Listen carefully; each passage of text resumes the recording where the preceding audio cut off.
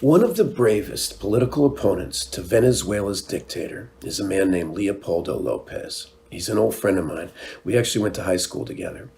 But since those days, he has become a strong and effective opposition leader in Venezuela, which is why the Maduro regime incarcerated him on trumped-up charges in retaliation for him leading nationwide civil protests. Leopoldo then spent 3 years in prison, much of it in solitary confinement, where he was tortured. His family was persecuted into exile. So, after much international outcry, including being declared a political prisoner by Amnesty International and by the Human Rights Foundation, Leopoldo was finally released to house arrest.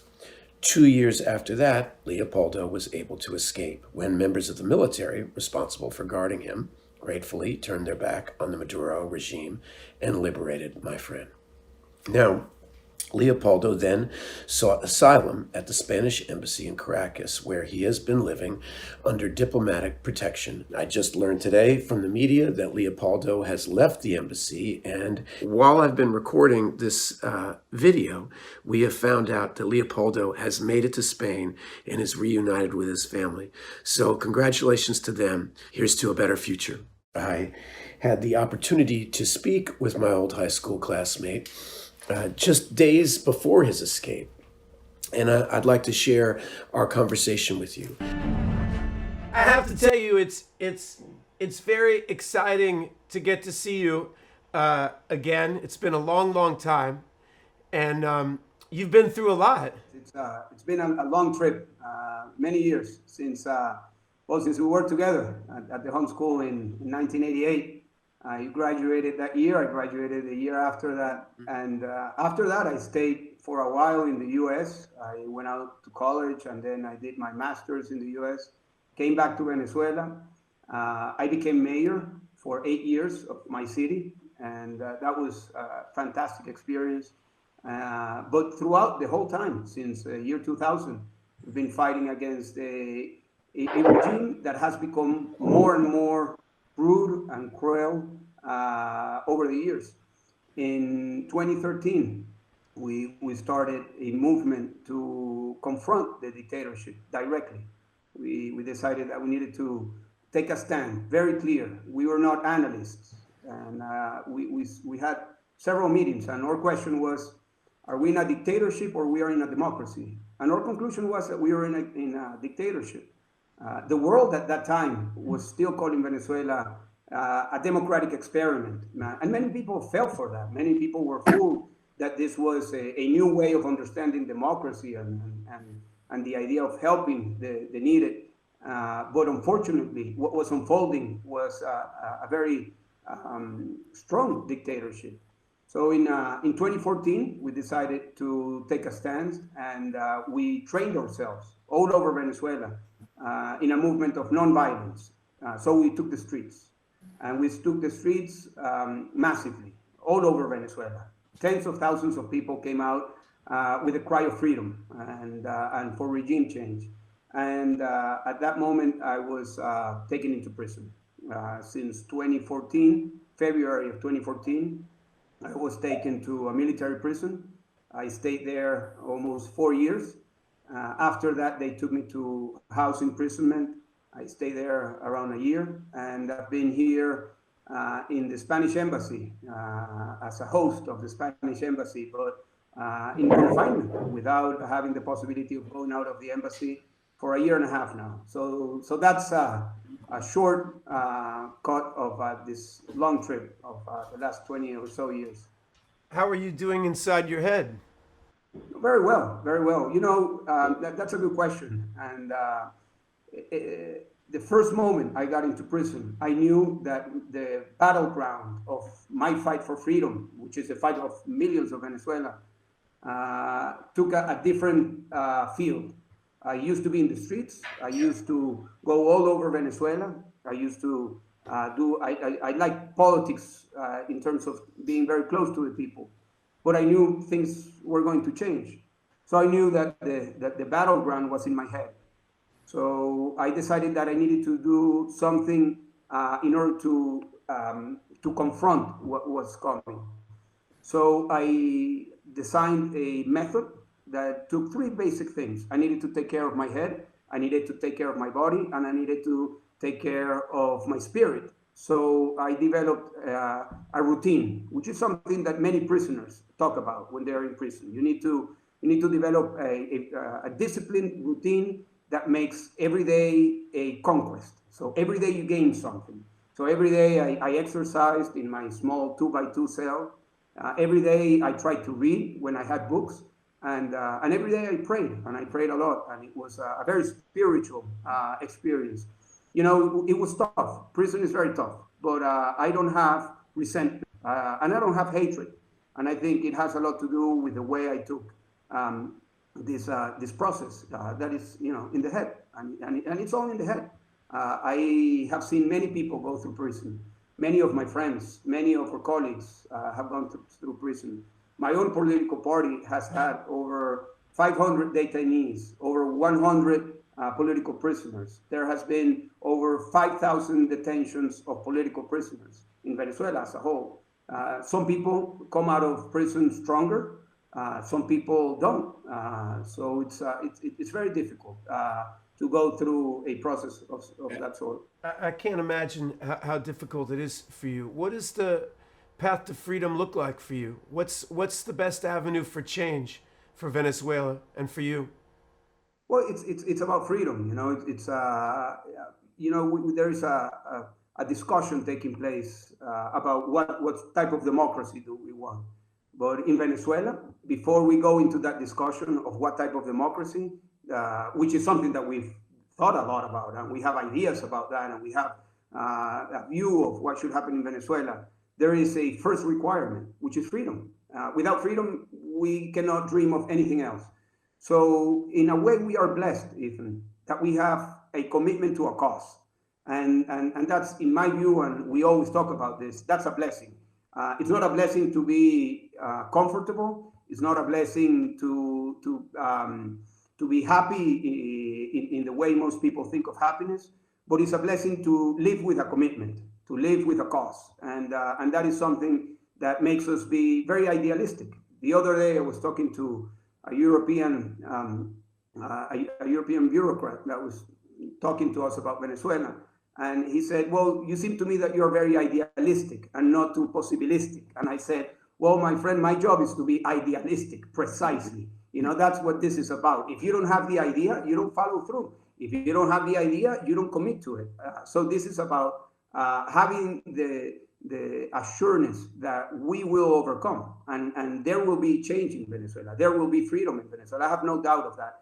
I cannot tell you if that's going to happen in a week, in a month, in a year, or in 2 years, but I can assure you that we will continue to fight. And I talk in a very plural way, because we're talking about thousands of people who are committed to this fight for freedom. You know, I spent a lot of time filming a movie in South Africa, and, you know, read The Long Walk to Freedom, Nelson Mandela's journey and his struggle with imprisonment and his struggle for his people to reach freedom. And I can imagine that you could find some inspiration there, or hope. I really know what you mean, that the truth is, being comfortable is not really a blessing. The only way history changes is by people who are being hurt to speak up and speak out. And the powers that be never wanted, they don't like light and communication. They like the status quo, and greed and fear are very powerful obstacles. Did you read The Long Walk to Freedom? Have you read that one? No, absolutely. I've read it twice. I've seen the movie. Of course, I'm a follower of Nelson Mandela. He's a true inspiration, and in many ways, in many ways. And you read about and you think about people like Nelson Mandela or Martin Luther King, who's one of my great leaders, idols, people that I follow, that have shaped my ideas, and many others, that people that have been in prison, and you get to understand the commonalities of that struggle, of being in solitary confinement, of fighting for your ideas when you don't have liberty. Ethan, freedom is it's an abstract idea for many people. Freedom, democracy, those are abstract ideas. And I think people that live in functioning democracies think of these things the same way we think about oxygen. We are breathing right now, but we don't think about it. In a way, many people take freedom for granted and take democracy for granted. And I learned what freedom was about in a solitary confinement in a cell 2x2 with a huge lock the size of a brick. That's when I learned what freedom was about. That's because I knew what I wanted. I knew what was my hope, not for me, but also for Venezuela.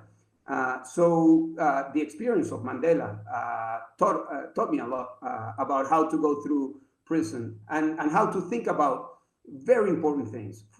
Resentment, for example, hatred, for example. I came out of jail to my house arrest, so I had the possibility of communicating with people.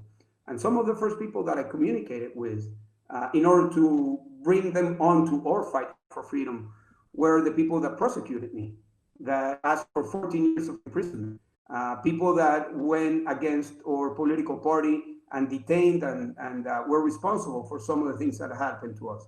But at that moment, almost 4 years after that happened, they were in the right side of history, in the right side of our fight. So we built bridges. And that's one of the things you learn from people like Mandela, that it's about looking forward. It's not about resentment, because there will always be excuses. There will always be excuses to say this person or this group or this circumstance did this to me and to the ones I love or to the people that are close to me. And we are about doing justice. Yes, it's about doing justice. But it's not about resentment. It's not about revenge. It's about fixing our country and making our country a place where people can dream and fight and work for their dreams. And that's not the country we have now in Venezuela. Well, why don't you tell me a little bit about where Venezuela is at right now? Like, I have this question here that in the published findings on September 16th, the Independent International Fact-Finding Mission on Venezuela published a report documenting evidence of unlawful executions, enforced disappearances, arbitrary detentions, rape, torture, since 2014, and the UN report is pretty devastating. Among other things, the report recommends that the Office of the Prosecutor of the International Criminal Court takes into account the victims' needs to have justice served in a timely fashion. I mean, tell me about what do you think the chances are to that happen, and maybe tell people watching this a little about the state of Venezuela right now. What does it really look like from your point of view? Well, I can tell you very briefly where we come from. Venezuela is one of the potentially richest countries in the continent. Venezuela has the largest amount of oil reserves in the country. Same with natural gas. And we have all sorts of opportunities to be a prosperous country. But unfortunately, the country has taken a very different way of development towards undevelopment and towards repression and dictatorship. So now we are one of the poorest countries in the continent, without a doubt, only compared with Haiti. Venezuela, over the past years, have witnessed the largest exodus in the history of the American continent. Today, the exodus of Venezuela, the forced migration, is only equal to that has happened, to the one that has happened in Syria. So that gives you an idea of what is happening in terms of the people and their views for the future in Venezuela. But unfortunately, what we are seeing is that poverty rate in Venezuela has increased up to 90%, and extreme poverty over 50%. Malnourishment, that is, that kids don't have a way of feeding themselves 3 times a day. It's more than 2/3 of the children in Venezuela. And this is in a country, as I said before, that is potentially rich. So Venezuela today is going through a very devastating situation socially. We are, as the UN expresses about Venezuela, we are undergoing a complex humanitarian crisis. That this is a multi-layer humanitarian crisis, that it touches everything: healthcare system, water supply, food supply, and of course, human rights. And that report that you're referring to is a recent report made by the UN that states how the dictatorship over the past 6 years has become a machine of repression, destruction, rape, violence, and homicides. More than 3,000 people have been accounted for to have been victims directly of the repression machine of Nicolás Maduro. For example, Pipo Rada. Pipo is a friend. He lives in a sector of Caracas, my city, in a poor sector of Caracas called Petare. He became a part of the city council, very strong leader, very committed to our cause. He was one of the 5 people that were with me the day I presented myself to the authorities right before they took me into a helicopter. A year ago, next week, he was abducted, then he was tortured, then he was shot in the back of his head with 2 shots, and then he was taken outside in front of his family's house and he was burned. And they put a cloth in his face so we could see that it was him. And that's one case of political violence in Venezuela. But cases of congressmen that have been elected by the people, members of the National Assembly, they have been taken into imprisonment, like Gilbert Caro, for example, or Renzo Prieto. And they spent months in a very small cell, tied with handcuffs to a bed, to a lock. And this is happening to a congressman. And to regular people, there are registrations of more than 7,000 direct homicides by the authorities. They come into, especially the poorest sectors of Venezuela, and then they kill whoever is there. Sometimes they kill the person that they're looking for, but many times they kill innocent people. So that's the type of regime that we are facing: a very violent, a very repressive, a very a regime that does not take into consideration by any means the human rights of the Venezuelan people.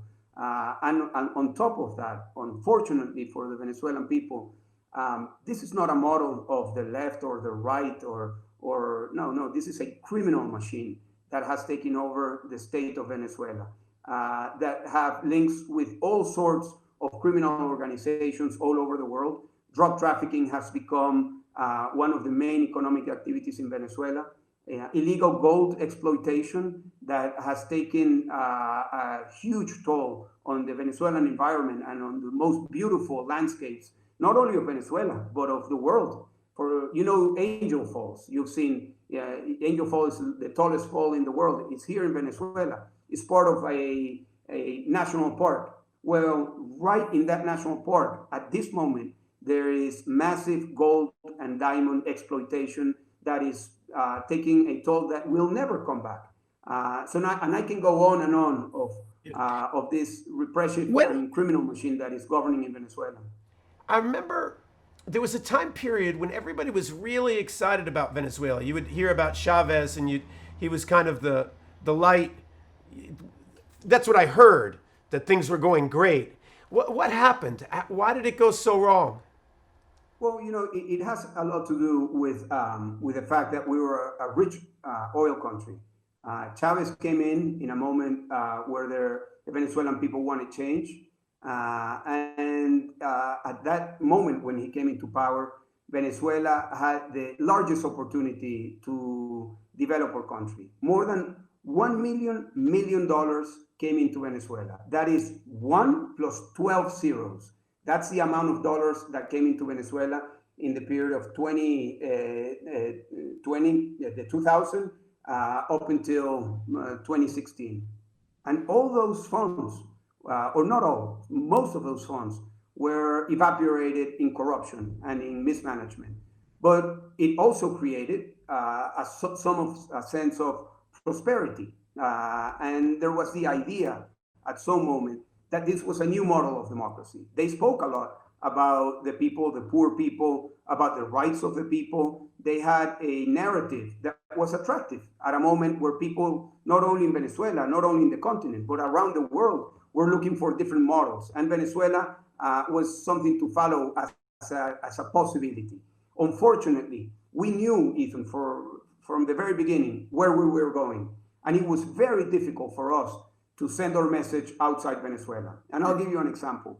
When I was taken into prison, my wife, Lilian, who became my voice for many years, she went all over the world and all over Venezuela.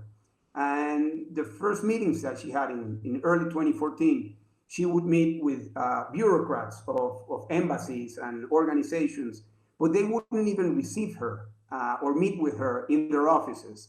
They met with her in cafes outside.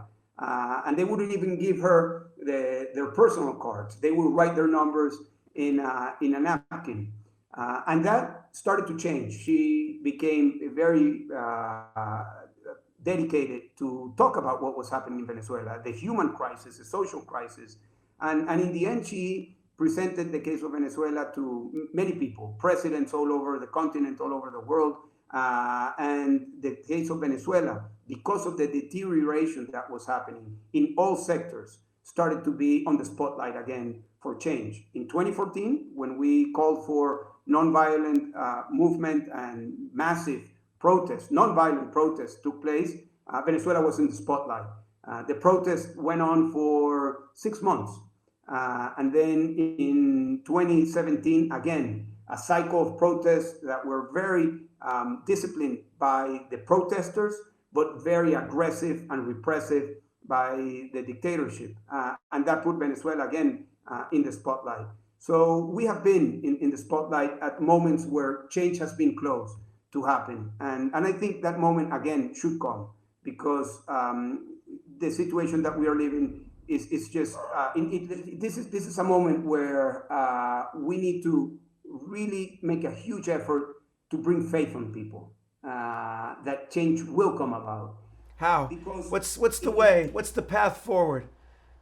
Well, the path forward, it's always with the people to start with, always organizing the people, always calling to be in touch with the people needs.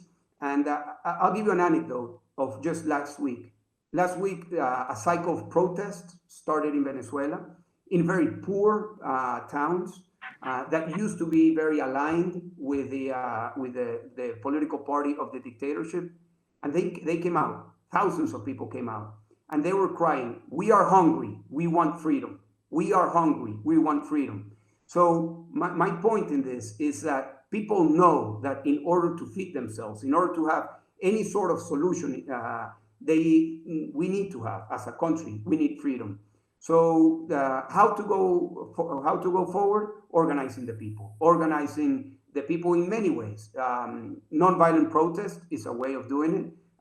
Organizing people politically is another way of doing it. Getting the message passed of what is happening in Venezuela is another way of doing it. In Venezuela, there is no free media, Ethan. No free media at all. There is no way to pass a message of change that will be seen by the people in the TV or in radio. So we need the people on social media as the only way to pass a message. You ask us how we want to do this. Free and fair elections. Free and fair elections. Pretty simple. Long walk to freedom, René. Long walk to freedom. You remember that moment when Mandela describes that there was violence and he took the risk and he told the South African people, he said, "You might not like what I am going to say, but I am going to say what I need to say. And the only way to go forward and to bring about change is that you vote. And I call you to go out and vote." We are in a moment previous to that speech of Mandela, because we don't even have the possibility now to have a free and fair election for presidential and parliamentary and any other election. So our fight now, and what we call the entire world to look at Venezuela and to help us, is to pressure, by all means, to have a free and fair election in Venezuela that will bring about change. Presidential election, because it's the only way that true change could happen in our country. Where you are now, do you get to see your wife? Well, no. I have not seen my father in 6 years, my mother in 2.5 years, and I've not seen my wife and kids in a year and 6 months. All right. Well, listen. Here's the thing. Is like, all right. So I'm going to pray for you every day, okay? And I'm going to be with you in here. I'm reading this book right now, and it's very interesting. You might have already read it. Do you know about Joe Hill, the organizer? He's an early union organizer. He was a musician, but he spoke for people's rights, and he's little known anymore. But I'm finding the book very interesting, and I think it would speak to you. And I've done some writing in the past, you know, a little journalistic writing in my life, and I know some people in some magazines, and because that we used to know each other, and we have such an interesting, unique, we've gone such different paths. that I'd be interested in maybe this not being our only interview.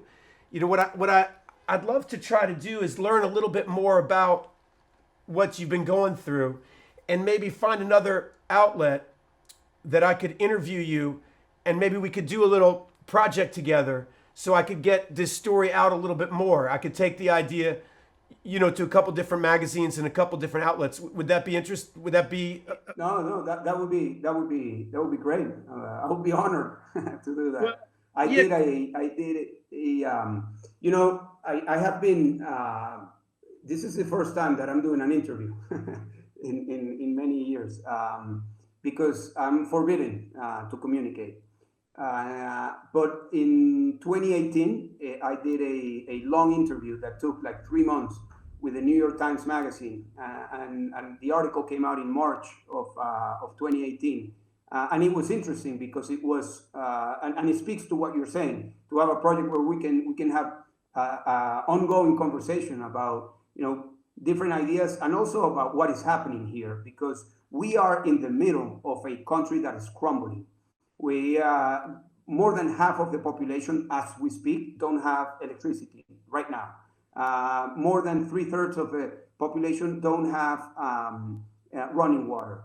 The entire country, as we speak, does not have gasoline, in a country that has the largest reserves of oil in the planet.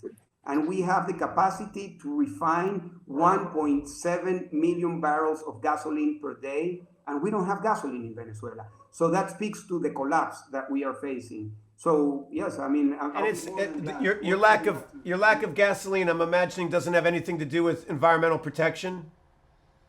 No, unfortunately, and I think, you know, what's happening with the environment here in Venezuela is something that could be interesting to see if you find other people that would like to look into what is happening, because this is one of the largest ecocides that is happening in the planet right now. I mean, and the process of devastation of the most beautiful land in Venezuela, and maybe one of the most beautiful in the world, is being destroyed.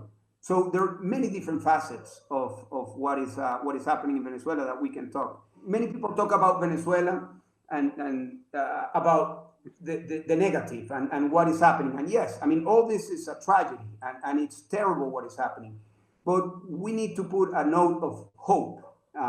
We need to talk about the possibility of freedom, hope, progress, and the well-being of the Venezuelan people. And I've come to learn that if you don't have that inside, if you don't have that conviction that things can change, you just stand still and see how things crumble. It could happen with your family, with your town, with your country. I mean, this is a call for activism.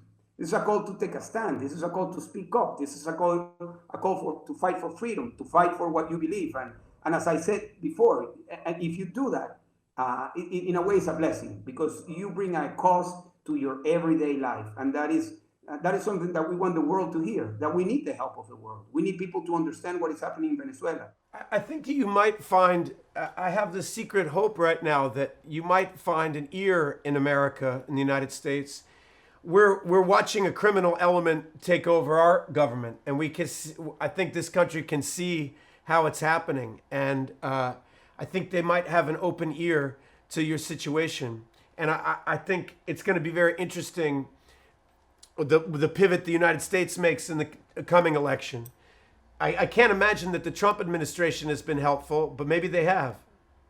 Well, to be very honest, they have taken the case of Venezuela very seriously, and they have been very, very active. And well, that's good. To be truthful to the fact that they have been putting a lot of pressure to the dictatorship. But the case of Venezuela has gone beyond the party lines. It's one of maybe 3 issues in Washington that is bipartisan. Maybe it's the only one. In February of this year, Juan Guaidó, who is the interim president recognized by 60 countries in the world, he went to Washington, D.C., and he was invited to the State of the Union.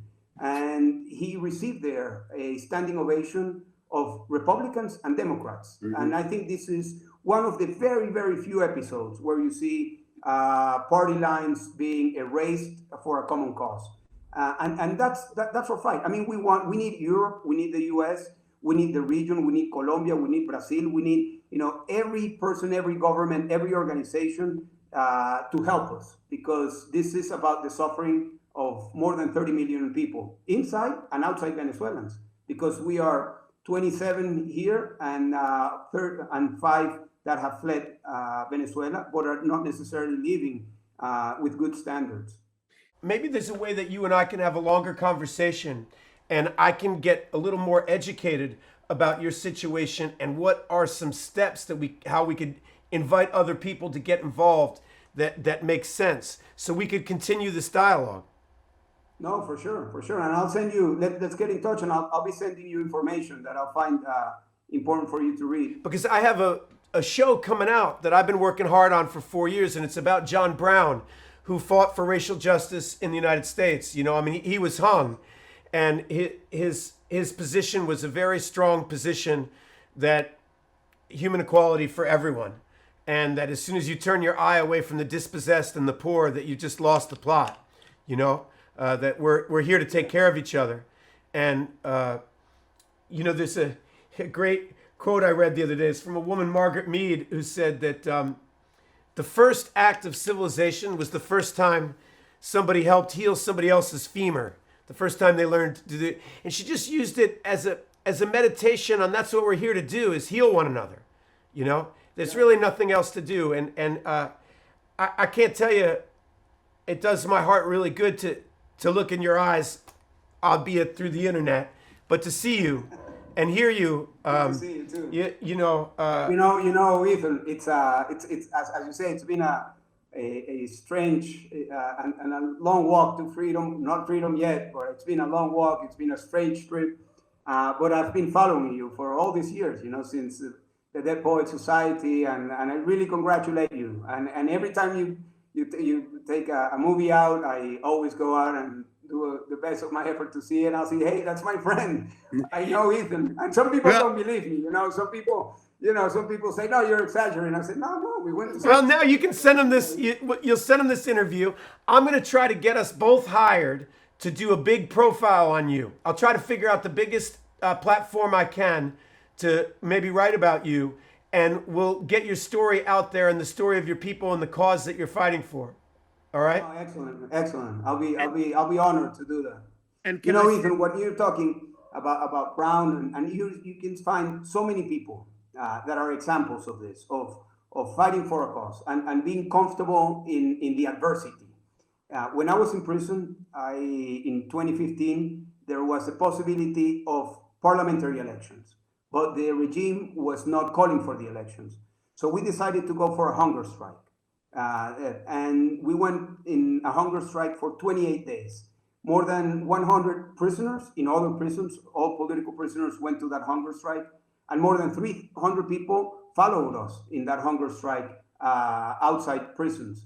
And throughout those 28 days, of course I was hungry. Of course it was difficult. But I was always engaged with this idea that we will overcome. We will make it happen. And after 28 days, they called for the election.